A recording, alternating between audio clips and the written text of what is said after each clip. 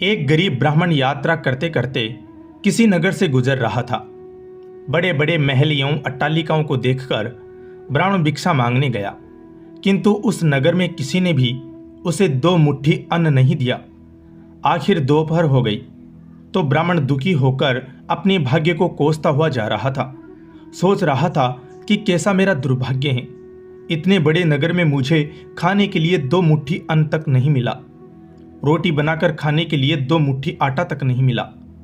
इतने में एक सिद्ध संत की नजर उस ब्राह्मण पर पड़ी। उन्होंने ब्राह्मण की बड़बड़ाहट सुन ली। वे बड़े पहुंचे हुए संत थे। उन्होंने कहा कि हे दरिद्र ब्राह्मण, तुम मनुष्य से भिक्षा मांगो, पशु क्या जाने भिक्षा देना। यह सुनकर ब्राह्मण दंग रह गया और कहने लगा कि हे महात्मन, आप क्या कह रहे हैं? बड़ी बड़ी अट्टालिकाओं में रहने वाले मनुष्यों से ही मैंने भिक्षा मांगी है। महात्मा बोले कि नहीं ब्राह्मण, मनुष्य शरीर में दिखने वाले वे लोग भीतर से मनुष्य नहीं हैं। अभी भी वे पिछले जन्म के हिसाब से ही जी रहे हैं। कोई शेर की योनि से आया है तो कोई कुत्ते की योनि से आया है, कोई हिरण की योनि से आया है तो कोई गाय या भैंस की योनि से आया है। उनकी आकृति मानव शरीर की जरूर है, किंतु अभी तक उनमें मनुष्यत्व निखरा नहीं है, और जब तक मनुष्यत्व नहीं निखरता तब तक दूसरे मनुष्य की पीड़ा का पता नहीं चलता। दूसरे में भी मेरा प्रभु ही है, यह ज्ञान नहीं होता। तुमने मनुष्यों से नहीं, पशुओं से भिक्षा मांगी है। ब्राह्मण का चेहरा दुख व निराशा से भरा था। सिद्ध पुरुष तो दूरदृष्टि के धनी होते हैं। उन्होंने कहा कि देख ब्राह्मण, मैं तुझे यह चश्मा देता हूं, इस चश्मे को पहनकर जा और कोई भी मनुष्य दिखे उससे भिक्षा मांग, फिर देख क्या होता है। वह दरिद्र ब्राह्मण जहां पहले गया था वहीं पुनः गया और योग सिद्ध कला वाला चश्मा पहनकर गौर से देखा। ओ, वाकई कोई कुत्ता है, कोई बिल्ली है तो कोई बघेरा है। आकृति तो मनुष्य की है, लेकिन संस्कार पशुओं के हैं। मनुष्य होने पर भी मनुष्यत्व के संस्कार नहीं है। घूमते घूमते वह ब्राह्मण थोड़ा सा आगे गया तो देखा कि एक मोची जूते सिल रहा है। ब्राह्मण ने उसे गौर से देखा तो उसमें मनुष्यत्व का निखार पाया। ब्राह्मण ने उसके पास जाकर कहा कि भाई, तेरा धंधा तो बहुत हल्का है और मैं हूं ब्राह्मण, रीति रिवाज एवं कर्म कांड को बड़ी चुस्ती से पालता हूं। मुझे बड़ी भूख लगी है, इसलिए मैं तुझसे मांगता हूं, क्योंकि मुझे तुझ में मनुष्यत्व दिखा है। उस मोची की आंखों से टप टप आंसू बरसने लगे। वह बोला कि हे प्रभु, आप भूखे हैं। हे मेरे भगवान, आप भूखे हैं। इतनी देर आप कहाँ थे? यह कहकर मोची उठा एवं जुत्ती छिलकर टका, आना दो आना वगैरह जो इकट्ठे किए थे उस चिल्लर रेजगारी को लेकर हलवाई की दुकान पर पहुंचा और बोला कि हलवाई भाई, मेरे इन भूखे भगवान की सेवा कर लो। ये चिल्लर यहाँ रखता हूँ, जो कुछ भी सब्जी पराठे पूरी आदि दे सकते हो वह इन्हें दे दो, मैं अभी जाता हूँ। यह कहकर मोची भागा और घर जाकर अपने हाथ से बनाई हुई एक जोड़ी जुत्ती ले आया एवं चौराहे पर उसे बेचने के लिए खड़ा हो गया। उस राज्य का राजा जुतियों का बड़ा शौकीन था। उस दिन भी उसने कई तरह की जुतियां पहनी, किंतु किसी की बनावट उसे पसंद नहीं आई तो किसी का नाप नहीं आया। 2-5 बार प्रयत्न करने पर भी राजा को कोई पसंद नहीं आई तो राजा मंत्री से क्रोध होकर बोला कि अगर इस बार ढंग की जुत्ती लाया तो जुत्ती वाले को इनाम दूंगा, और ठीक नहीं लाया तो मंत्री के बच्चे तेरी खबर ले लूंगा। देव योग से मंत्री की नजर इस मोची के रूप में खड़े असली मानव पर पड़ गई, जिसमें मानवता खिली थी, जिसकी आंखों में कुछ प्रेम के भाव थे, चित्त में दया करुणा थी, ब्राह्मण के संग का थोड़ा रंग लगा था। मंत्री ने मोची से जुत्ती ले ली एवं राजा के पास ले गया। राजा को वह जुत्ती एकदम फिट आ गई, मानो वह जुत्ती राजा के नाप की ही बनी थी। राजा ने कहा कि ऐसी जुत्ती तो मैं पहली बार ही पहन रहा हूं, किस मोची ने बनाई है यह जुत्ती? मंत्री बोला कि महाराज, यह मोची बाहर ही खड़ा है। मोची को बुलाया गया। उसको देखकर राजा की भी मानवता थोड़ी खिली। राजा ने कहा कि जुत्ती के तो 5 रुपए होते हैं, किंतु यह 5 रुपयों वाली नहीं है, 500 रुपयों वाली जुत्ती है। जुत्ती बनाने वाले को 500 और जुत्ती के 500, कुल 1000 रुपये इसको दे दो। मोची बोला कि राजा जी, तनिक ठहरे, यह जुत्ती मेरी नहीं है, जिसकी है उसे मैं अभी ले आता हूं। मोची जाकर विनय पूर्वक उस ब्राह्मण को राजा के पास ले आया एवं राजा से बोला कि राजा जी, यह जुत्ती इन्हीं की है।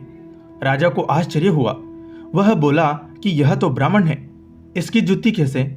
राजा ने ब्राह्मण से पूछा तो ब्राह्मण ने कहा कि मैं तो ब्राह्मण हूँ, यात्रा करने निकला हूँ। राजा बोला कि मोची, जुत्ती तो तुम बेच रहे थे, इस ब्राह्मण ने जुत्ती कब खरीदी और बेची? मोची ने कहा कि राजन, मैंने मन में ही संकल्प कर लिया था कि जुत्ती की जो रकम आएगी वह इन ब्राह्मण देव की होगी। जब रकम इनकी है तो मैं इन रुपयों को कैसे ले सकता हूँ, इसलिए मैं इन्हें ले आया हूँ। न जाने किसी जन्म में मैंने दान करने का संकल्प किया होगा और मुकर गया होऊंगा, तभी तो यह मोची का चोला मिला है। अब भी यदि मुकर जाऊं तो न जाने मेरी कैसी दुर्गति हो। इसलिए राजन, ये रुपये मेरे नहीं हुए। मेरे मन में आ गया था कि इस जुत्ती की रकम इनके लिए होगी, फिर 5 रुपये मिलते तो भी इनके होते और 1000 मिल रहे हैं तो भी इनके ही हैं। हो सकता है मेरा मन बेईमान हो जाता, इसीलिए मैंने रुपयों को नहीं छुआ और असली अधिकारी को ले आया। राजा ने आश्चर्यचकित होकर ब्राह्मण से पूछा कि ब्राह्मण, मोची से तुम्हारा परिचय कैसे हुआ? ब्राह्मण ने सारी आप बीती सुनाते हुए सिद्ध पुरुष के चश्मे वाली बात बताई और कहा कि राजन, आपके राज्य में पशुओं के दर्शन तो बहुत हुए, लेकिन मनुष्यत्व का अंश इन मोची भाई में ही नजर आया। राजा ने कौतूहलवश कहा कि लाओ वह चश्मा जरा हम भी देखें। राजा ने चश्मा लगाकर देखा तो दरबारियों में उसे भी कोई सियार दिखा तो कोई हिरण, कोई बंदर दिखा तो कोई रीछ। राजा दंग रह गया कि यह तो पशुओं का दरबार भरा पड़ा है। उसे कौतूहल हुआ कि यह सब पशु हैं तो मैं कौन हूँ। उसने आईना मंगवाया एवं उसमें अपना चेहरा देखा तो शेर। उसके आश्चर्य की सीमा न रही। ये सारे जंगल के प्राणी और मैं जंगल का राजा शेर यहाँ भी इनका राजा बना बैठा हूँ। राजा ने कहा कि ब्राह्मण देव, योगी महाराज का यह चश्मा तो बड़ा गजब का है। वे योगी महाराज कहाँ होंगे? ब्राह्मण ने कहा कि वे तो कहीं चले गए। ऐसे महापुरुष कभी कभी ही और बड़ी कठिनाई से मिलते हैं। श्रद्धावान ही ऐसे महापुरुषों से लाभ उठा पाते हैं। बाकी तो जो मनुष्य के चोले में पशु के समान हैं, वे महापुरुष के निकट रहकर भी अपनी पशुता नहीं छोड़ पाते। ब्राह्मण ने आगे कहा कि राजन, अब तो बिना चश्मे के भी मनुष्यत्व को परखा जा सकता है। व्यक्ति के व्यवहार को देखकर ही पता चल सकता है कि वह किस योनि से आया है। एक मेहनत करे और दूसरा उस पर हक जताए तो समझ लो कि वह सर्प योनि से आया है, क्योंकि बिल खोदने की मेहनत तो चूहा करता है, लेकिन सर्प उसको मारकर बिल पर अपना अधिकार जमा बैठता है। अब इस चश्मे के बिना भी विवेक का चश्मा काम कर सकता है और दूसरे को देखें उसकी अपेक्षा स्वयं को ही देखें कि हम सर्प योनि से आए हैं कि शेर की योनि से आए हैं। यह सचमुच में हम में मनुष्यता खिली है। यदि पशुता बाकी है तो वह भी मनुष्यता में बदल सकती हैं। कैसे? गोस्वामी तुलसीदास जी ने कहा है, बिगड़ी जन्म अनेक की, सुधरे अब और आजू। तुलसी होई राम को, राम भजी तजी कुसमाजू। कुसंस्कारों को छोड़ दे। बस अपने कुसंस्कार आप निकालेंगे तो ही निकलेंगे। अपने भीतर छिपे हुए पशुत्व को आप निकालेंगे तो ही निकलेगा। यह भी तब संभव होगा जब आप अपने समय की कीमत समझेंगे। मनुष्यत्व आए तो एक एक पल को सार्थक किए बिना आप चुप नहीं बैठेंगे। पशु अपना समय ऐसे ही गंवाता है। पशुत्व के संस्कार पड़े रहेंगे तो आपका समय बिगड़ेगा। अतः पशुत्व के संस्कारों को आप बाहर निकालिए एवं मनुष्यत्व के संस्कारों को उभारिए। फिर सिद्ध पुरुष का चश्मा नहीं वरन अपने विवेक का चश्मा ही कार्य करेगा। और इस विवेक के चश्मे को पाने की युक्ति मिलती है हरि नाम संकीर्तन, यानी सत्य का संग व सत्संग से। तो हे आत्मजनों, मानवता से जो पूर्ण हो वही मनुष्य कहलाता है। बिन मानवता के मानव भी पशु तुल्य रह जाता है। इसलिए आप जो भी कमा रहे हैं उसमें से कम 2% दान करते रहे, जो सेवा आपको सही लगे उसमें।